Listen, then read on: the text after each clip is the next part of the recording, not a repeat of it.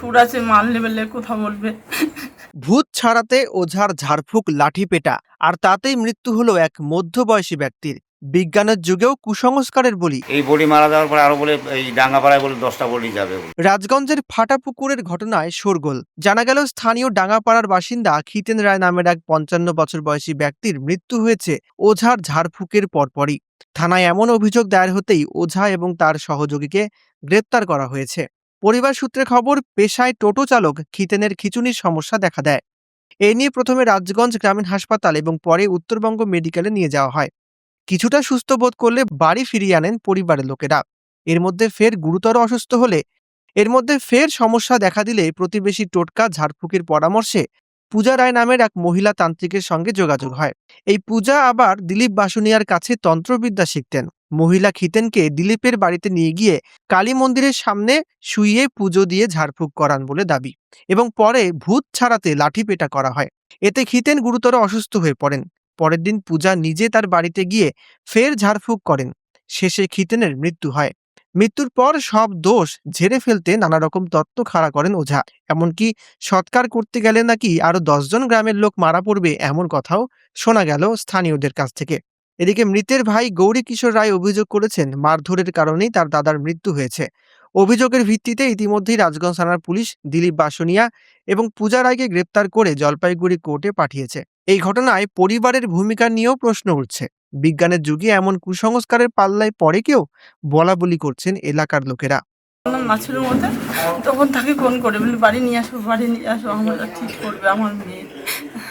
তখন ওখান থেকে ছুটি করে নিয়ে বাড়ি আসি। আসার পর বসে এখন নিয়ে যাও আমার কুবরাসের বাড়িতে, ও ছাড়া কাউর ঠিক করতে পারবে না।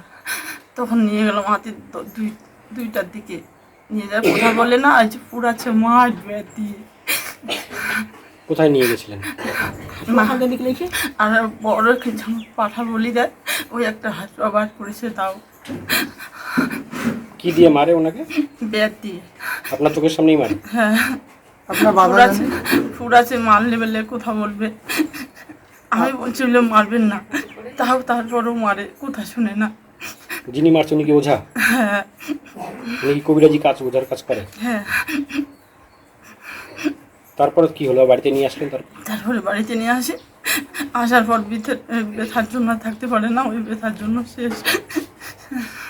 এই কবিরাজ যোগাযোগ করছিল নাকি বলে, এরা নাকি বলে ভালো করবে আর কি, ভালো করবে। তখন কি করা যাবে, কবিরাজে নাকি বলে ফোন করে এদেরকে ডাইকা নিয়ে গেছে কবিরাজের বাড়ি। ওখানে ঝাড়ফুঁক করছিল, করার পরে ওর নাকি বলে গুরুদেব আছে, ওর গুরুকে ফোন করছিল, গুরুদেবের কাছে নিয়ে গেছিল পেশেন্টটাকে। ওখানে নিয়ে বেধার মানে ব্যাট দিয়ে পুরা পিটাইছিল। পিটানোর পরে তো আবার পেশেন্ট তো আবার অস্থিরিত হয়ে গেছে। তারপরে এইখান থেকে আনছে, তাও আবার বলে যে পেশেন্ট নাকি বলে ভালো হয়ে যাবে। ভালো করতে গেলে কী বলে লাগা, ওদের বলে পূজা। তারপরে কবিতর আনছে আবার ইত্যাদি যেটা বাজার করতে নিয়ে আসছে, পূজা করছে।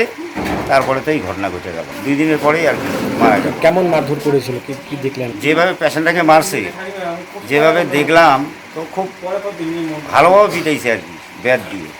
ও তো কথাই বলতে পারে না।